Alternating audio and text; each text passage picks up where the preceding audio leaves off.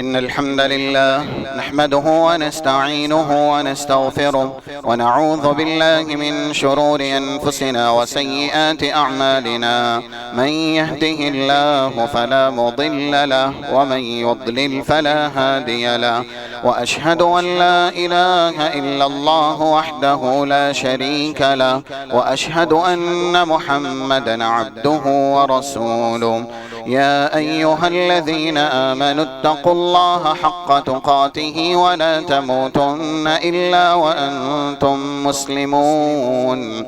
يا أيها الناس اتقوا ربكم الذي خلقكم من نفس واحدة وخلق منها زوجها وبث منهما رجالا كثيرا ونساء واتقوا الله الذي تساءلون به والأرحام إن الله كان عليكم رقيبا. يا أيها الذين آمنوا اتقوا الله وقولوا قولا سديدا يصلح لكم أعمالكم ويغفر لكم ذنوبكم ومن يطع الله ورسوله فقد فاز فوزا عظيما.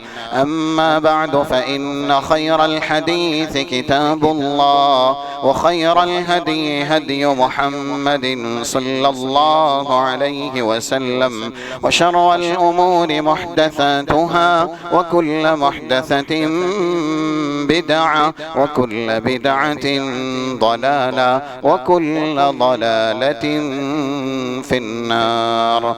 قال الله سبحانه وتعالى في كلامه المجيد: أعوذ بالله من الشيطان الرجيم.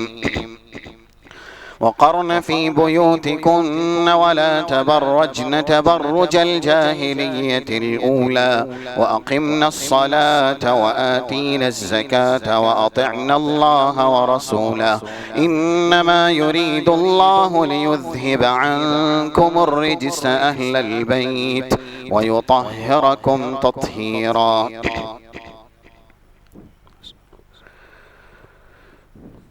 خطبہ مسونہ کے بعد سورۃ الاحزاب کی 33 نمبر کی آیت کریمہ تلاوت کی گئی. قرآن اور حدیث کی روشنی میں مختصر سے وقت میں جس موضوع پر گفتگو کرنی ہے وہ ہے مسلم لڑکیوں میں دین فروشی کے اسباب. گزشتہ آپ کے سامنے تعلیم کے تعلق سے اور ایسے ہی رول ماڈل آئیڈیل بچیوں کے لیے کون ہونا چاہیے اس کے تعلق سے اور ایسے ہی غیرت، اسلامی شرم اور حیا، یہ 3 وجہیں بتائی گئی تھی جس کے فقدان کی وجہ سے آج کل اسلام قبول کرنے کے بعد وہ لڑکیاں جن میں یہ صفات نہیں ہوتی ہیں وہ شیطان کے بہکاوے میں اللہ کا جو سب سے بڑا انعام ہے اسلام کی دولت، اس سے اپنے آپ کو بیزار کر لیتی ہیں، اس سے اپنے آپ کو الگ کر لیتی ہیں. کچھ اور اسباب ہیں جو آج کے اس خطبے میں آپ کے سامنے بیان کیے جائیں گے. شریعت میں چاہے قرآن ہو یا حدیث 2 رخ خاتون کے بتائے گئے، ایک نافرمانی والا اور ایک فرما برداری والا. یا یوں کہہ لیں کہ خاتون سماج کے لیے، معاشرے کے لیے عذاب ہے، اور دوسرا رخ یہی خاتون اور یہی صنف نازک سماج معاشرے کے لیے سب سے بڑا انعام ہے. اور یہ 2 رخ ایک صفت اور خوبی کی وجہ سے قرآن کریم میں 10 اور 11 سورہ تحریم کے اندر 2 آیتیں ہیں.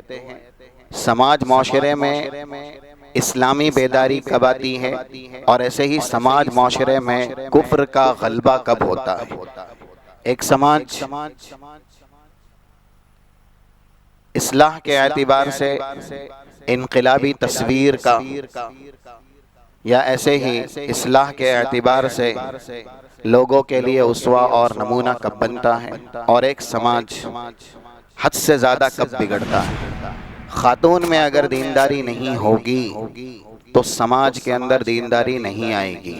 اسی لیے پورے اہل کفر کے لیے اللہ نے مثال بیان کی، ضرب اللہ مثلا للذین کفروا امرأۃ نوح وامرأۃ لوط۔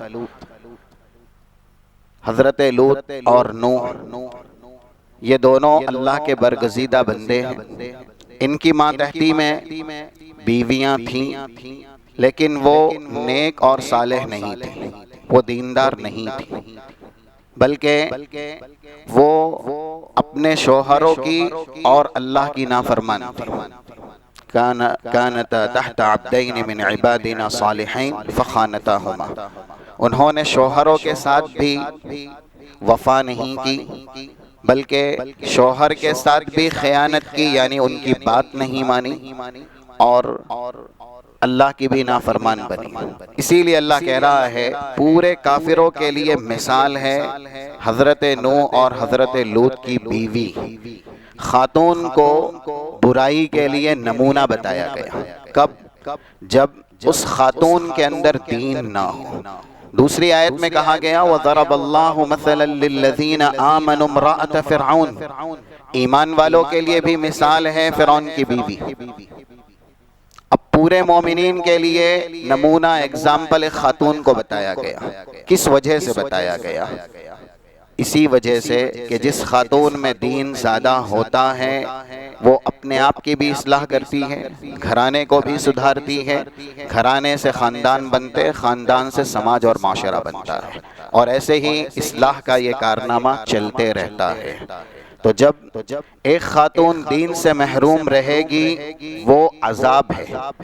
اسی لیے رسول اللہ صلی اللہ علیہ وسلم نے صنف نازک یعنی خواتین ہی کے تعلق سے یہ ارشاد فرمایا، 2740 مسند صحیح مسلم کی حدیث ہے، اسامہ بن زید اس کے راوی ہیں، ما ترکت بعدی فتنہ ہی اضر علی الرجال من النساء۔ میں نے اپنے بعد مردوں کے لیے سب سے خطرناک اور سب سے نقصان دہ فتنہ اگر کسی کو چھوڑا ہے۔ بہت سے شارحین حدیث نے لکھا یہاں پر کہ فتنے کے بہت سے معنی ہوتے ہیں، ایک معنی عذاب بھی ہوتا ہے۔ یہاں پر وہ معنی زیادہ مراد ہے کہ خاتون مردوں کے لیے سب سے خطرناک عذاب ہے، یعنی عذاب میں داخل ہونے کا سب سے بڑا ذریعہ ہے، سب سے بڑی وجہ ہے۔ تو یہ کون سی خاتون ہے؟ یہ کن کے تعلق سے رسول اللہ صلی اللہ علیہ وسلم نے ارشاد فرمایا؟ یہ اس طرح کی خواتین کے تعلق سے ارشاد فرمایا گیا جن کی تربیت دینی نہیں ہوتی، جن کے اندر دین نہیں ہوتا۔ ایسی خواتین اپنے لیے بھی، گھرانے کے لیے بھی، سماج معاشرے کے لیے بھی خطرناک عذاب کا باعث بنتی ہیں۔ یہ حدیث بالکل صحیح ہے۔ اور دوسری طرف اسی صنف نازک کو یعنی خواتین کو دنیا کی ساری نعمتوں میں سرتاج نعمت قرار دیا گیا۔ 1467 کتاب النکاح صحیح مسلم ہی کی حدیث ہے، رسول اللہ ارشاد فرماتے ہیں الدنیا کلھا متاع وخیر متاع الدنیا المرأة الصالحہ۔ دنیا پوری کی پوری انتفاع منفعت والی چیزوں سے بھری ہوئی۔ ہم گننا چاہیں کہ کتنی نعمتیں ہیں جس سے ایک انسان فائدہ اٹھا سکتا ہے دنیا میں تو کبھی گن نہیں سکتے۔ دنیا ذخیرہ ہے نفع بخش چیزوں کا، ان تمام تر نفع بخش چیزوں میں، نعمتوں میں سب سے زیادہ قابل انتفاع، سب سے زیادہ نفع بخش اگر کوئی نعمت ہے تو دیکھیے المرأة الصالحہ۔ یہاں مطلق نہیں کہا گیا المرأة خاتون، بلکہ ایک خوبی اور ایک صفت کا تذکرہ کیا گیا، ایسی خاتون جس کے اندر نیکی، جس کے اندر دینداری ہو۔ تو جو خاتون دین پرست ہوتی ہے، دیندار ہوتی ہے، وہ دنیا کی ساری نعمتوں میں سب سے بڑی نعمت ہے۔ اور اگر یہ دین نہیں ہے تو پھر وہی خاتون اپنے لیے بھی، گھرانے کے لیے بھی، سماج معاشرے کے لیے بھی اسی حدیث کے مصداق ہے ما ترکت بعدی فتنہ ہی اضر علی الرجال من النساء۔ یہ دین آتا کیسے ہے؟ دین سکھانے سے، بتانے سے، سمجھانے سے آتا ہے۔ اللہ کا ڈر دلانے سے تقوی پیدا ہوتا ہے۔ یہ بڑا سبب ہے کہ آج بچیوں کو اللہ کا ڈر نہیں بتایا جاتا، انہیں اللہ کے عذاب سے ڈرایا نہیں جاتا۔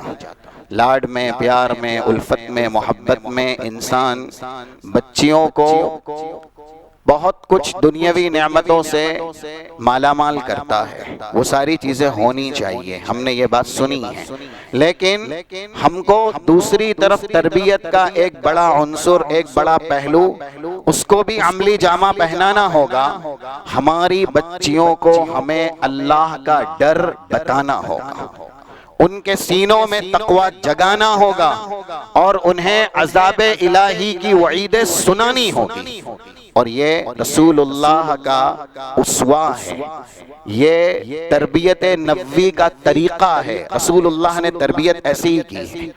آپ دیکھیں آپ کے گھرانے میں بیویاں بھی ہیں، ایسے ہی آپ کے زمانے میں خواتین بھی ہیں، اور ایسے ہی آپ کی بیٹی بھی ہے، تینوں کے تعلق سے تقوی جب انسان اللہ سے ڈرتا ہے تب آتا ہے، اسی لئے قرآن میں پہلے ڈر کا تذکرہ ہے، اس کے بعد تقوی کا لفظ ہے۔ 16 نمبر کی آیت سورہ زمر کی، لَهُم مِّن فَوْقِهِمْ ظُلَلٌ مِّنَ النَّارِ وَمِن تَحْتِهِمْ ظُلَلٌ ذَلِكَ يُخَوِّفُ اللَّهُ بِهِ عِبَادَهُ يَا عِبَادِ فَاتَّقُونِ۔ دوزخ میں جو چھت ہوں گے وہ بھی آگ والے ہوں گے، دوزخ کے اندر پیر رکھنے کی جگہ ہوگی وہ بھی آگ کی ہوگی۔ دوزخ کی آگ ہم نے سنی ہوئی، اعاذنا اللہ من، اللہم لا تجعلنا منہم۔ پھر آگے اللہ کہہ رہا ہے یہ سب اللہ کیوں بتا رہا ہے کہ دوزخ میں چھت آگ والی یا پیر رکھنے کی جگہ آگ والی، ذالک یخوف اللہ بہ عبادہ، یہ سب بیان کر کے اللہ اپنے بندوں کو ڈراتا ہے کہ بندے کے دل میں اللہ کے عذاب کا ڈر آ جائے۔ اور جب یہ ڈر اللہ کا بندے کے سینے میں آتا ہے تو پھر آگے ایک حکم ہے، یا عباد فاتقون، میرے عذاب سے ڈرو گے تو ہی متقی بنو گے، اے میرے بندو میرا تقوی اختیار کرو۔ آیت میں صاف بتایا گیا اگر ہمیں اپنے آپ کو بھی متقی بنانا ہے، بچے اور بچیوں کو بھی صاحب تقوی بنانا ہے، انہیں اللہ کے عذاب سے ڈرانا ہوگا۔ قرآن میں حکم بھی ہے 6 نمبر کا سورہ تحریم کا، یا ایھا الذین آمنوا قوا انفسکم واہلیکم نارا، ایمان والو اپنے آپ کو، اہل و عیال کو دوزخ کی آگ سے بچاؤ۔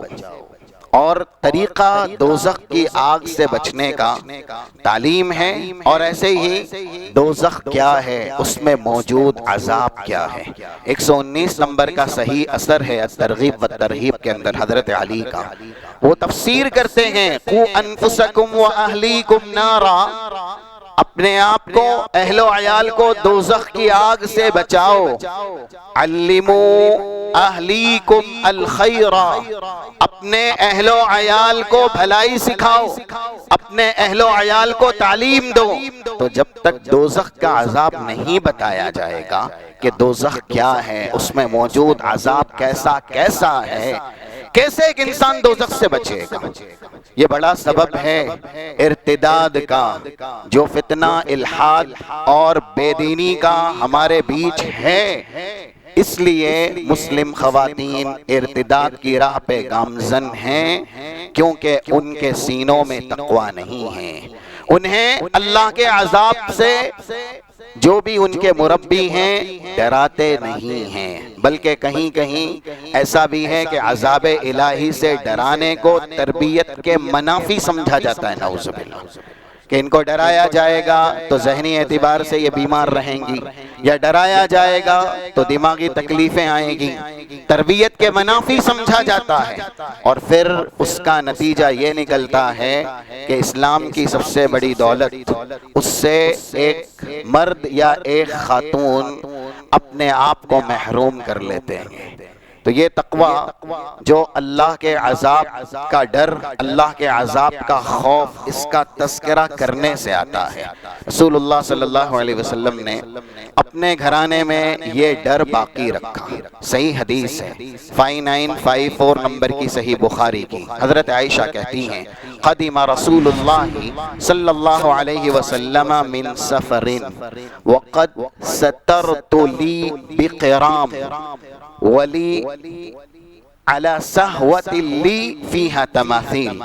رسول اللہ دور دراز سے آنے والے تھے، میں نے گھر کو سجایا اور گھروں میں پردے لگائے، جو پردے گھر کو اور زیب و زینت سے آراستہ کرے۔ یہ اللہ کے نبی صلی اللہ علیہ وسلم کا استقبال تھا، جو ایک بیوی شوہر کی مسرت کے لیے، اور اگر وہ دور گیا ہوا ہے تو پھر اس کی آمد کی خوشی کے طور پر کرتی ہے۔ صحیح ہے، کرنا چاہیے۔ حضرت عائشہ کہتی میں نے کیا، پردے گھر میں لگائے، فیہا تماثیل، جن پردوں میں تصویریں تھیں۔ اب اللہ کے نبی صلی اللہ علیہ وسلم گھر میں داخل ہوئے، آپ نے یہ بھی سکھایا، یہ آپ ہی کا فرمان ہے، اور جو آپ نے امت کو بتایا سب سے پہلے اعلیٰ طریقے سے اس پر عمل کر کے آپ نے دکھایا۔ اللہ کے نبی کا فرمان 3895 ترمذی کی حدیث، خیرکم لأہلکم وَأَنَا خَيْرُكُمْ لِأَہْلِي، تم میں سب سے بہتر وہ ہے جو اپنے اہل و عیال کے لیے، بیویوں کے لیے، گھرانے کے لیے بہتر ہو، اور اس معاملے میں تم میں سب سے زیادہ بہتر ہوں۔ خیر یہ بھی ہے کہ انسان فائدے سے اپنے آپ کو، اپنے گھرانے کو محظوظ کرے، جو بھی فائدے کی چیزیں، اور خیر میں یہ بھی داخل ہے کہ برائیوں سے، شرر سے، تکلیفوں سے، اذیتوں سے اپنے آپ کو اور اپنے گھرانے کو بچائے، فائدہ دلانا اور ایسے ہی نقصان سے بچانا۔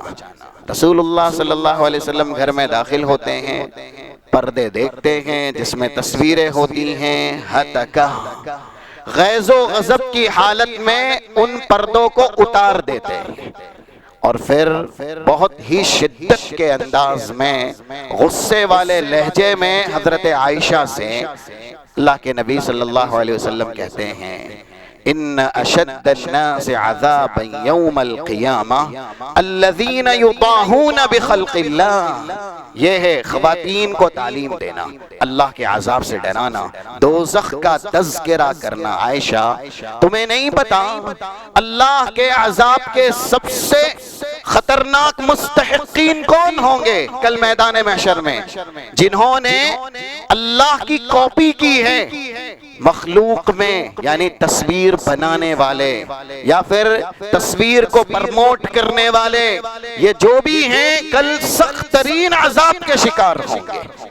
رسول اللہ صلی اللہ علیہ وسلم نے ڈرایا حضرت عائشہ، حالانکہ آپ نے کہا ہے کہ تم میں سب سے بہتر اہل و عیال کے ساتھ خیر کرنے کے اعتبار سے میں ہوں، اور خیر کا بنیادی پہلو ہے کہ نقصان سے انسان بچے اور اپنے والوں کو نقصان سے بچائے۔ اسی طریقے سے آپ کے زمانے میں خواتین تھیں، جب کبھی موقع ملتا تو آپ نصیحت میں کیا ارشاد فرماتے تھے؟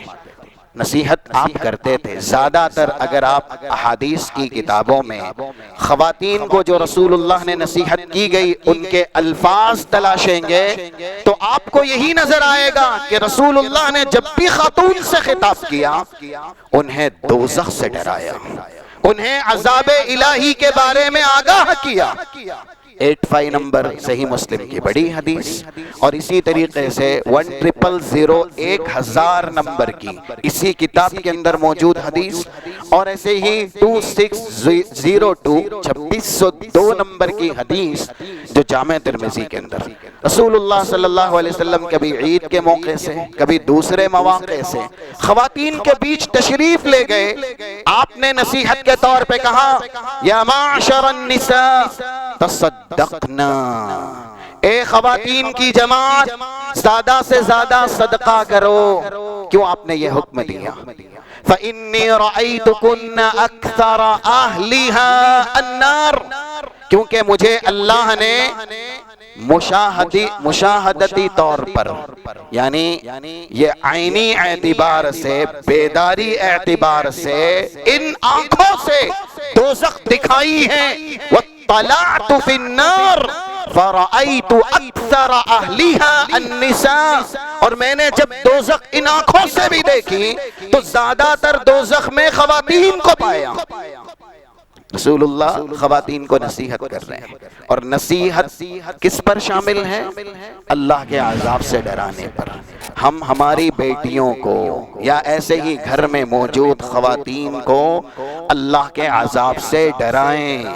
اور پھر اللہ کے نبی صلی اللہ علیہ وسلم کی یہ نصیحت سن کے، کیونکہ وہ فرما بردار تھیں اور ماننے والی مومنہ مسلمہ قانتہ تھیں، جس کے پاس اس محفل میں جو تھا، چاہے کانوں میں بالیاں ہوں، ہاتھوں میں کنگن ہو، یا اس طرح کی دوسری چیزیں، انگلیوں میں انگوٹھیاں ہوں، فَجَعَلْنَا يُلْقِينَ مِنْ أَقْرَطَتِهِنَّ وَخَوَاتِمِهِنَّ، اس طرح کے الفاظ ہیں۔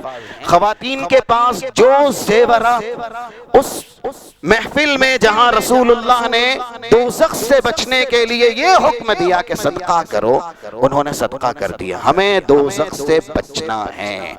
ایک بار ایک خاتون رسول اللہ کے پاس آئی، کسی خاص مسئلے کے لیے آئی تھی۔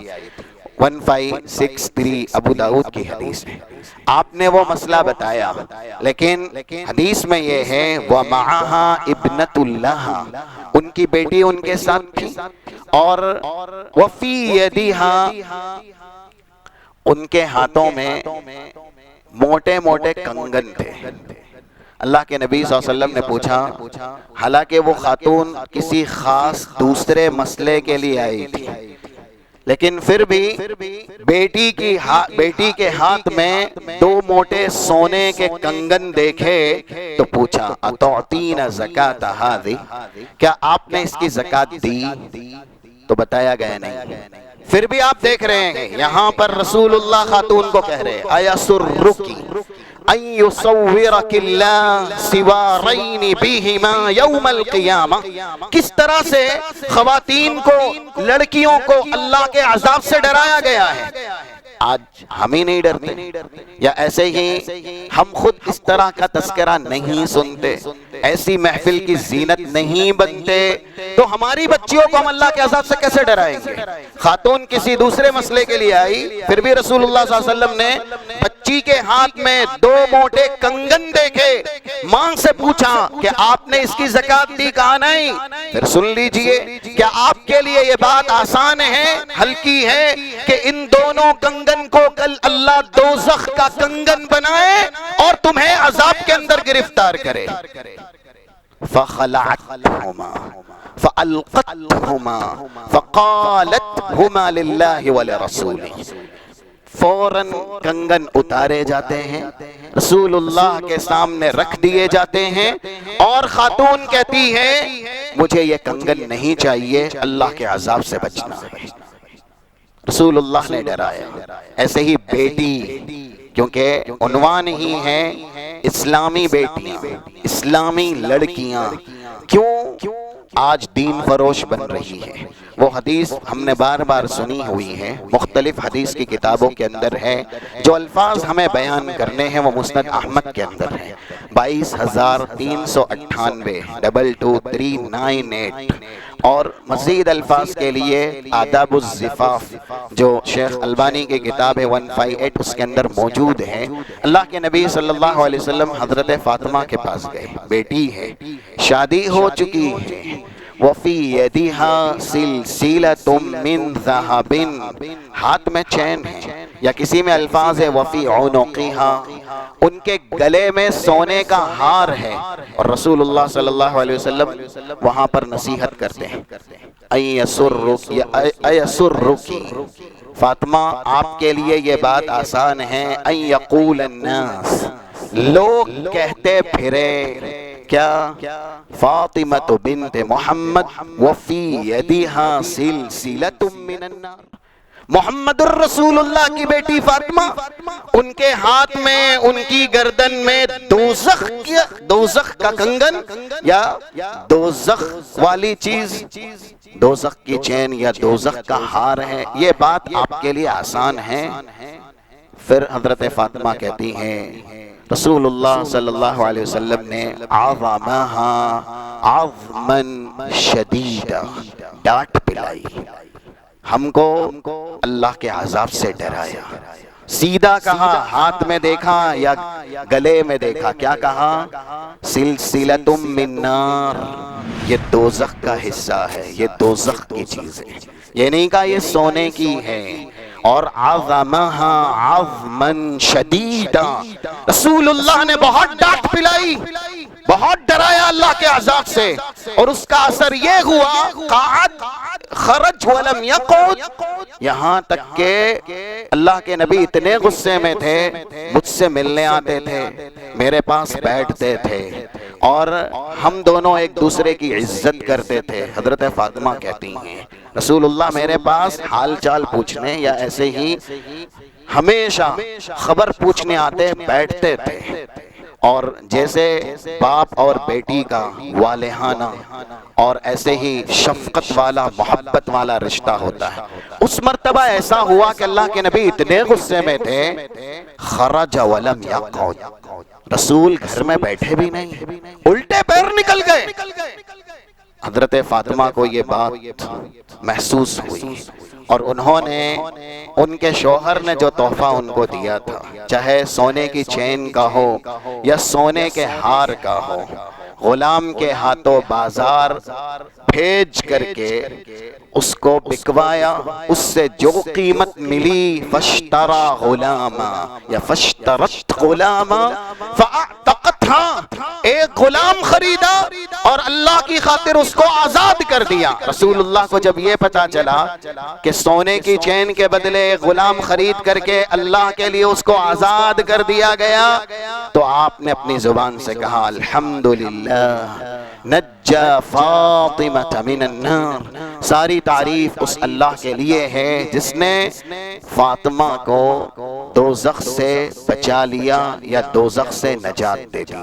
شروع میں جہاں اسلام کی تبلیغ اللہ کے نبی صلی اللہ علیہ وسلم نے لوگوں کے بیچ کی، توحید کا اعلان کیا، وہاں پر بھی خاص الفاظ ہیں صحیح مسلم میں 204، اور اس کے بعد آپ نے خاندان والوں سے، مردوں سے، ان سب سے خطاب کیا، یا عبد مناف یا بنی عبد المطلب، لیکن ساتھ ساتھ یہ بھی کہا یا صفیۃ عمتی، اپنی پھوپھی حضرت صفیہ، ان سے انقذی نفسک من النار، اپنے آپ کو دوزخ سے بچائیے، فإنی لا اغنی عنک من اللہ شیئا، ڈرایا آپ نے خواتین کا نام لے کر کے، حالانکہ بنی عبد المطلب میں کسی کا خاص نام نہیں لیا گیا حدیث میں، بنی عبد مناف میں کسی کا خاص نام نہیں لیا گیا، لیکن یہاں پر خاتون کا تذکرہ، دو خواتین کا تذکرہ حدیث میں ہے، اور وہ بھی نام کے ساتھ ہے، حضرت صفیہ کا جو رسول اللہ کی پھوپھی ہیں۔ آپ نے کہا اپنے آپ کو دوزخ سے بچائیں، کل میں آپ کے کام نہیں آؤں گا۔ پھر اخیر میں یا فاطمہ سیدی، اے میری بیٹی فاطمہ، میرے نزدیک آپ کی حیثیت کسی سردار سے کم کی نہیں ہے، آپ میری سردار ہو، انقذی نفسک من النار، لیکن اپنے آپ کو دوزخ سے بچائیے۔ دوزخ سے بچنا، اللہ کے عذاب سے ڈرانا رسول اللہ کی تربیت ہے، آپ کا اسوہ ہے، اسی لیے ہم اور آپ کو بھی اپنی بچیوں کو، اپنی خواتین کو دوزخ سے بچنے کی تلقین کرتے رہنا چاہیے، اللہ کے عذاب سے ڈرانا چاہیے، اور اس کا فائدہ یہ ہوتا ہے کہ جب اللہ کے عذاب سے ڈرایا جاتا ہے تو جو شیطان پرست جہنم کی طرف لے جانے والے ہوتے ہیں، ان کے شکنجوں میں ہماری اولاد گرفتار نہیں ہوتی۔ حضرت فاطمہ کو رسول اللہ نے ڈرایا، انہوں نے اپنی چین بیچ کر کے اپنے آپ کو دوزخ سے آزاد کروا لیا، یہ ڈرانے کا فائدہ ہے، اس لیے ڈرایا جائے۔ ایسے ہی دوسرا بڑا سبب جو فتنہ ہمارے بیچ ہے مسلم لڑکیوں میں دین فروشی کا، یہ زیادہ تر کہاں سے پھیلتا ہے؟ جب مسلم خواتین گھر سے باہر جاتی ہیں، تعلیم کے نام پہ جائیں یا جاب کے نام پہ جائیں، زیادہ تر یہ فتنہ کالجوں سے، یونیورسٹیوں سے، اور اسی طریقے سے مرد و زن جہاں مل کر کے کام کرتے ہیں، کمپنیاں ہیں یا اور دوسرے ذریعے ہیں، یعنی اسلامی خواتین کا بلا ضرورت گھر سے باہر جانا، گھر کے باہر سے ہی یہ فتنہ گھر میں آتا ہے۔ کون ہیں جو مسلم والدین ہوں نعوذ باللہ وہ اپنے بچوں کو کہیں کہ آپ دین فروش بن جائیے، آپ دین کی چادر اتار دیجئے، ہم سکھاتے ہیں یہ۔ ہمارے گھروں میں یا مسلم گھروں میں اگر یہ فتنہ آ رہا ہے، آ چکا ہے، تو کہاں سے آیا ہے؟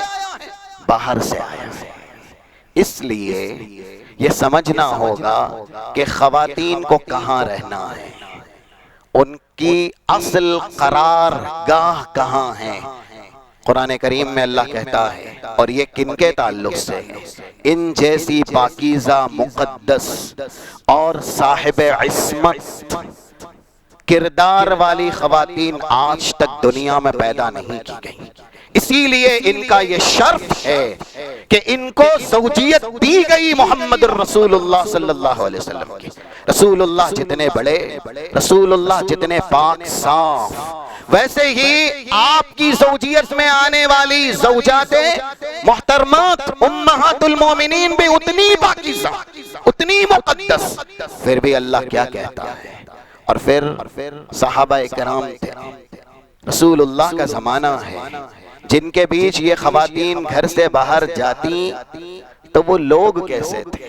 قرآن کریم میں کئی بار آپ کے سامنے ایسا بیان ہوا، جن کی صداقت کا، پاکیزگی کا، عبادت کا، زہد ورع کا، ایمان کا اللہ نے عرش سے شہادت نازل کر کے کہا 177 کا ٹکڑا، اولئک الذین صدقوا وَأُولَئِكَ هُمُ الْمُتَّقُونَ۔ روئے زمین کے سچائی کے سب سے بڑے پیکر متقی یہ صحابہ کرام ہیں۔ 7 نمبر کا ایک ٹکڑا سورہ حجرات کا، وَلَكِنَّ اللَّهَ حَبَّبَ إِلَيْكُمُ الْإِيمَانَ وَزَيَّنَهُ فِي قُلُوبِكُمْ وَكَرَّهَ إِلَيْكُمُ الْكُفْرَ وَالْفُسُوقَ وَالْعِصْيَانَ أُولَئِكَ هُمُ الرَّاشِدُونَ۔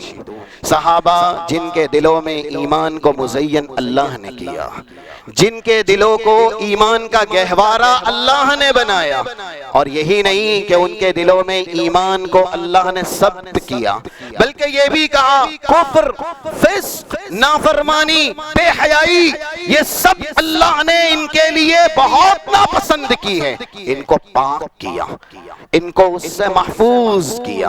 ایسی پاکیزہ مقدس صحابہ کرام کی جماعت، یعنی صحابیات گھر سے باہر نکلتی تو کن کے سامنے؟ ٹھیک ہے اس زمانے میں منافقین تھے، وہ کتنے تھے؟ دشمنان اسلام تھے، کتنے تھے؟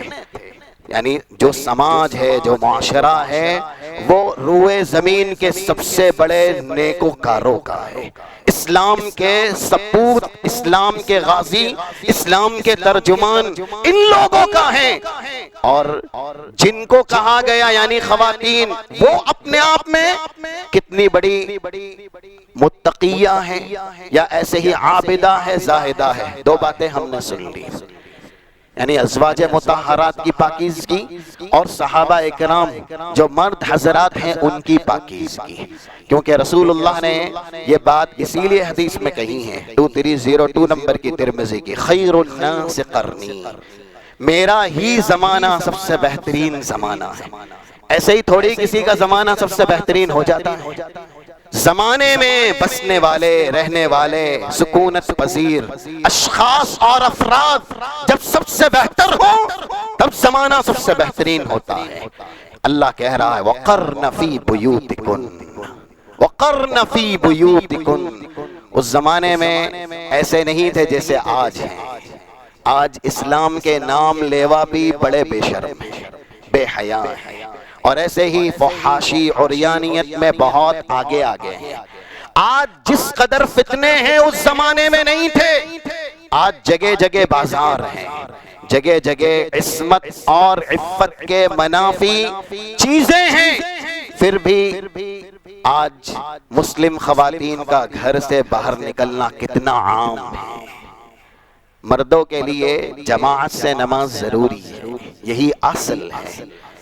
اگر عذر ہو تو وہ گھر میں نماز پڑھیں گے، یا پھر جہاں سہولت ہے وہاں نماز پڑھیں گے، عذر۔ اسی طریقے سے خواتین کی اصل ہے گھر میں قرار۔ خواتین گھر کو ہی لازم پکڑے۔ اللہ نے ان کا دائرہ محدود کیا ہے۔ اگر کوئی سوال اٹھاتا ہے اٹھائے کہ یہ ہے وہ ہے، خاتون کی ذمہ داری گھرانے کی ہے، سب سے پہلے اس کی اس ذمہ داری کے تعلق سے پوچھا جائے گا۔ 5200 جو بخاری کی حدیث ہے، رسول اللہ صلی اللہ علیہ وسلم نے کہا وَالْمَرْأَةُ رَاعِيَةٌ فِي بَيْتِ زَوْجِهَا وَهِيَ مَسْئُولَةٌ عَنْ رَعِيَّتِهَا۔ خاتون اپنے شوہر کے گھر کی اور اس کی اولاد کی تربیت کی ذمہ دار ہے، اس کو اسی کے تعلق سے سوال کیا جائے گا۔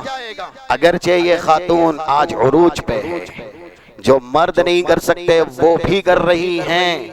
یہ سارے جو بھی کارنامے خواتین کی طرف سے ہیں یہ فضل ہیں، یہ اس کی ذمہ داری نہیں ہے۔ اور اگر یہ سارے میدانوں میں، چاہے آرمی کا میدان ہو یا اسی طریقے سے فلائنگ کا یعنی پائلٹ بننے کا میدان ہو، یہ سب میں خواتین نہیں ہوگی تو دنیا رک نہیں جائے گی، دنیا چلتی رہے گی۔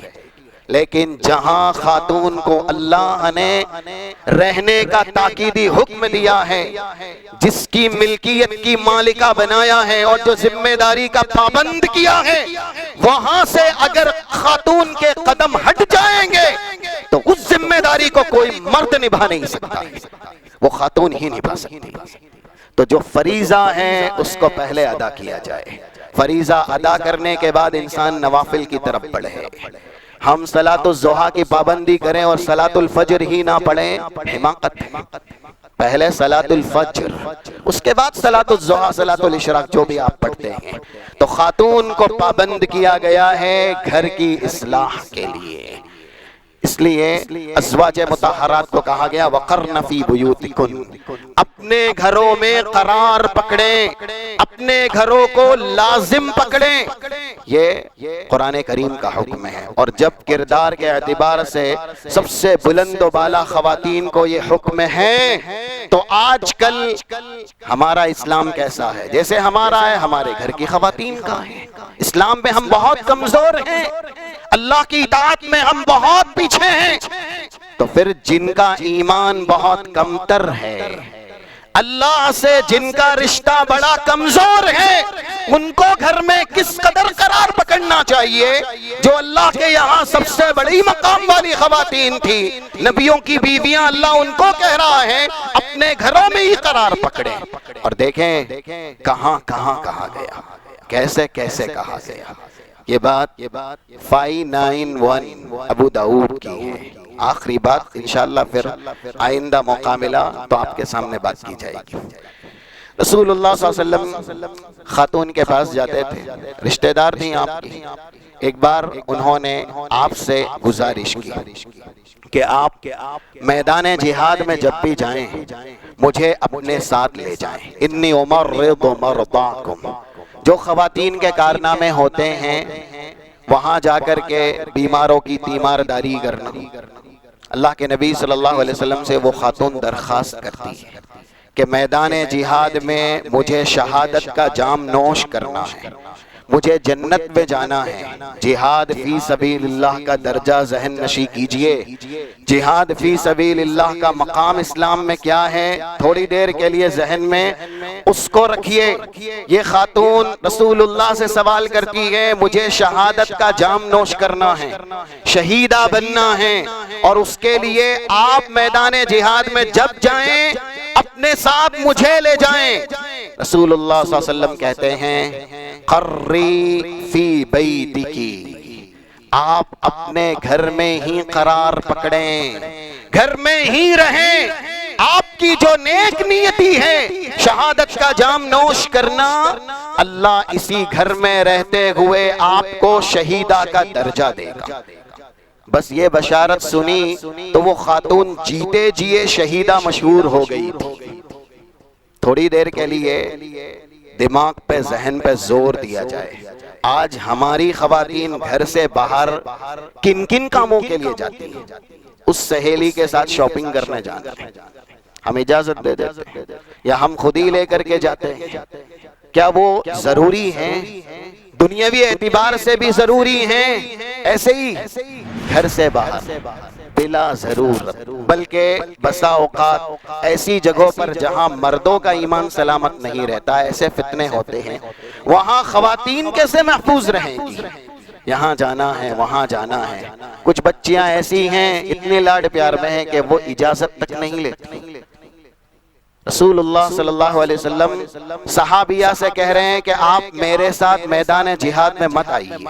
انہوں نے کیا گزارش کی تھی؟ مجھے جنت میں جانا ہے، شہادت کا جام نوش کرنا ہے۔ اللہ کے نبی نے کہا نہیں، گھر میں قرار پکڑنا آپ کے لیے ضروری ہے، یہ ضروری نہیں ہے کہ آپ میدان جہاد میں آئیں۔ میدان جہاد سے بھی بڑھ کر کے کون سی چیز ضروری ہو سکتی ہے؟ سوچئے گا، کیا شاپنگ ضروری ہو سکتی ہے؟ یا ایسے ہی سیر و تفریح کے لیے جانا ضروری ہو سکتا ہے؟ ہوٹلوں میں کھانا ضروری ہو سکتا ہے؟ ہم سب اس میں گرفتار ہیں، ہم سب یہ کرتے ہیں۔ جب گھروں سے باہر جانا عادت بن جائے گا لڑکیوں کا اور خواتین کا، تو پھر جو فتنہ سر اٹھائے ہمارے بیچ کھڑا ہے، یہ فتنہ اللہ نہ کرے، اللہ نہ کرے، ہمارے گھر پر بھی دستک دے گا۔ اس لیے ضروری ہے عادت ڈالی جائے، اپنے آپ کو بھی بلا وجہ گھر سے باہر نہ رکھا جائے۔ مردوں کے لیے بھی حکم ہے، 4343 ابو داؤد کی حدیث ہے، بہت بہترین، اذا مریجت عہودہم وخفت اماناتہم وشبک بین اصابعیہ۔ رسول اللہ صلی اللہ علیہ وسلم نے کہا حق اور باطل ایسے ہو جائیں گے، بالکل خلط ملط، عہد و پیمان کو توڑ دیا جائے گا، امانتوں کو خیانت میں تبدیل کر دیا جائے گا۔ جس صحابی کو آپ یہ کہہ رہے تھے، جب فتنہ ایسا سر چڑھ جائے گا تو صحابی نے پوچھا فما تأمرنی ذلک یا رسول اللہ، اللہ کے نبی آپ مجھے کیا حکم دیتے ہیں اس طرح کے فتنوں کے زمانے میں اگر میں موجود رہوں؟ پہلا ہی حکم مرد کے لیے کہا گیا، اور جب مردوں کو یہ حکم ہے تو جن کی کل احاطہ یا ایسے ہی جن کو اللہ نے اس گھر کی زینت بنائی ہے، اس کی ذمہ داری سونپی ہے، ان کو کس قدر گھر میں رہنا چاہیے؟ پہلا حکم الزم بیتک۔ صحابی نے پوچھا کہ میں فتنوں کے زمانے میں کیا کروں؟ کہا اپنے گھر کو لازم پکڑنا، گھر میں رہنا، گھر سے باہر زیادہ مت نکلنا۔ جبکہ مردوں کو اجازت بھی ہے، تاکید بھی ہے ذریعہ معاش کے لیے گھر سے باہر نکلنے یا جدوجہد کرنے کی، یا خاص کر کے جماعت کے ساتھ مسجد میں آ کر کے نماز پڑھنے کی، مردوں کو تاکید بھی ہے۔ مردوں سے کہا گیا فتنوں سے بچنا ہے تو بلا ضرورت گھر سے مت نکلنا۔ جو گھر کی مالکہ ہے، جس کو گھر میں ہی قرار پکڑنے کا حکم ہے اور واجب ہے، ضروری ہے، لازم ہے ان کے لیے، جب وہ بلا ضرورت گھر سے باہر نکلے گی تو فتنوں سے محفوظ کیسے رہے گی؟ رب العالمین سے دعا ہے اللہ ہمیں کتاب و سنت کی باتیں سننے سمجھنے اور ایسے ہی جو بھی فتنے ہیں اس سے اپنے اسلام کی حفاظت کرنے اور زیادہ تر فتنوں سے اپنے آپ کو اہل و عیال کو بچانے کی توفیق و سعادت نصیب فرمائے۔